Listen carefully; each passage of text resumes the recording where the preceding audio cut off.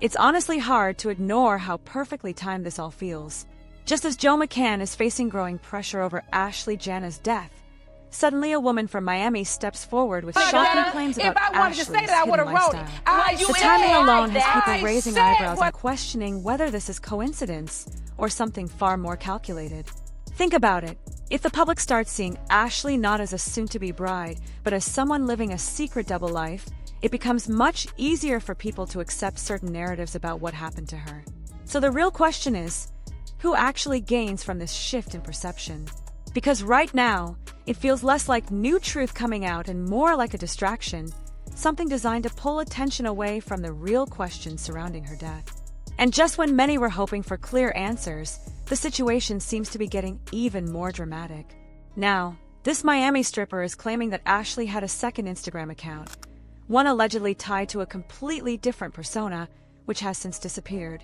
No screenshots have surfaced to prove it, but people have pointed out that Ashlee's main account has very few posts, fueling speculation that another account may have existed at some point.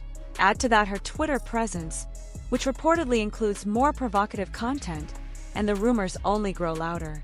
The same source also alleges that Ashlee worked as a bottle girl at a well-known Miami club, suggesting that's where she may have connected with certain individuals.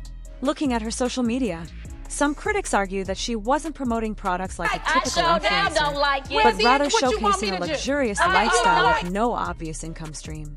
Meanwhile, Ashlee's friends insist she had a legitimate business, a hair care brand that was doing well. But skeptics are asking tough questions. If that's true, where's the proof? Where are the promotions, the partnerships, the visible sales?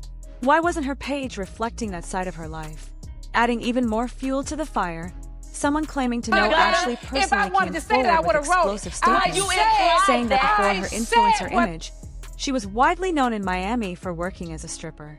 According to them, that's actually how she met Joe, while dancing at an event, and that their relationship was anything but stable, filled with repeated breakups, arguments, and even police involvement. They also allege this wasn't their first engagement, and that Joe himself is currently under scrutiny for financial misconduct tied to questionable investment practices. At this point, the story feels less like a search for truth and more like a battle of narratives, and the deeper it goes, the more complicated it becomes. Look at the dynamic people are pointing out. He's older, extremely wealthy, and the imbalance of power between them was obvious from the start. Some believe that's exactly why he chose her. What really happened that night? No one can say for sure yet, but one thing is clear. Her family deserves answers, and she deserves to rest in peace. Those who claim to know them personally are even calling the relationship an amplified sugar baby situation, backed by mutual connections and first-hand observations. Still, there's growing concern that this non-stop push to label Ashlee as an escort is doing more to distract than to reveal the truth. Especially when the source of these claims, a so-called Miami stripper, hasn't even been verified. At this point, it could be anyone pushing a narrative, possibly even someone paid to do so. And the effect is noticeable. By painting Ashlee in a certain light, it subtly shifts public sympathy, making people less likely to demand justice because they're being fed the idea that her life was already complicated. But her supporters aren't buying into that narrative.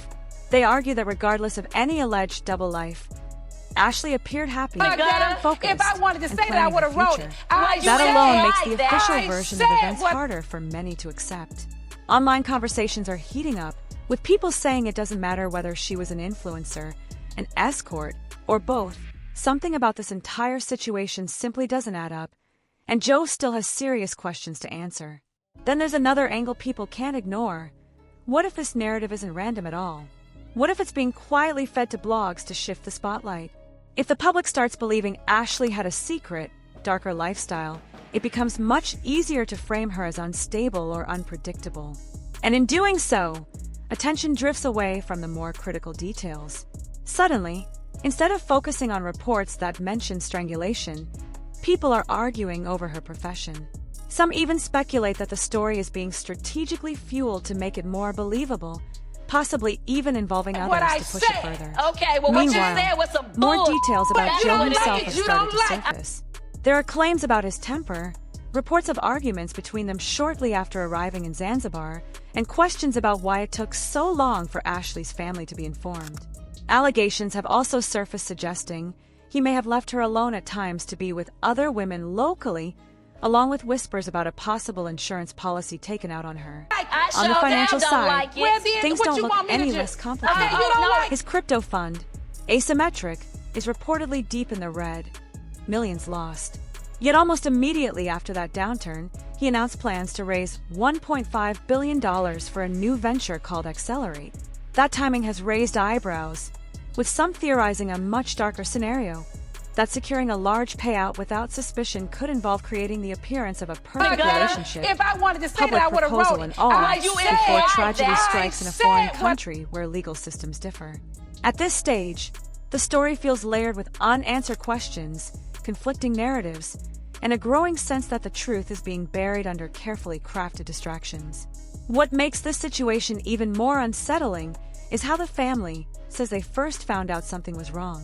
According to them, Joe McCann reached out claiming Ashlee had been hospitalized, but the information he gave was vague and incomplete.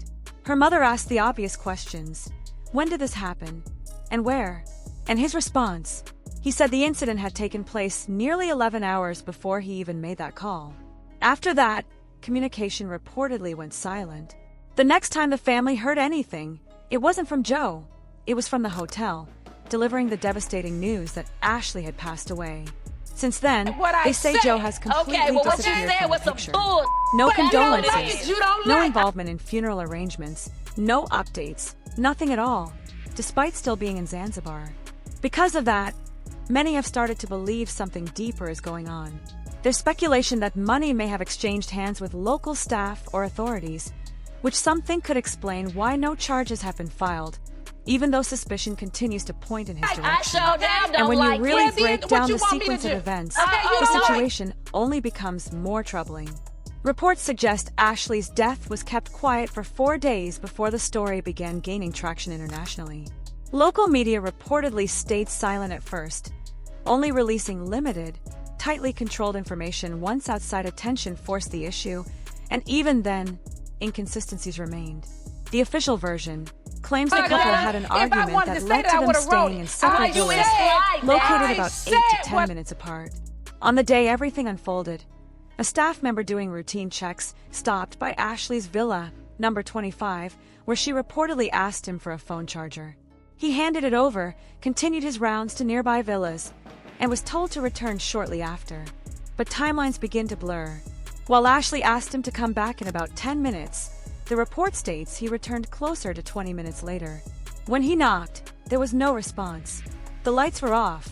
Using an emergency key, he entered the room, and what he claims to have found is deeply disturbing. According to the report, Ashlee was discovered hanging inside the wardrobe, suspended by a bathrobe belt tied to the rod. It said she was still alive, but in critical condition. An alarm was raised immediately, and she was rushed to a nearby hospital. After initial treatment, she was transferred to another facility for more advanced care. But tragically, she passed away the following day around 3 p.m.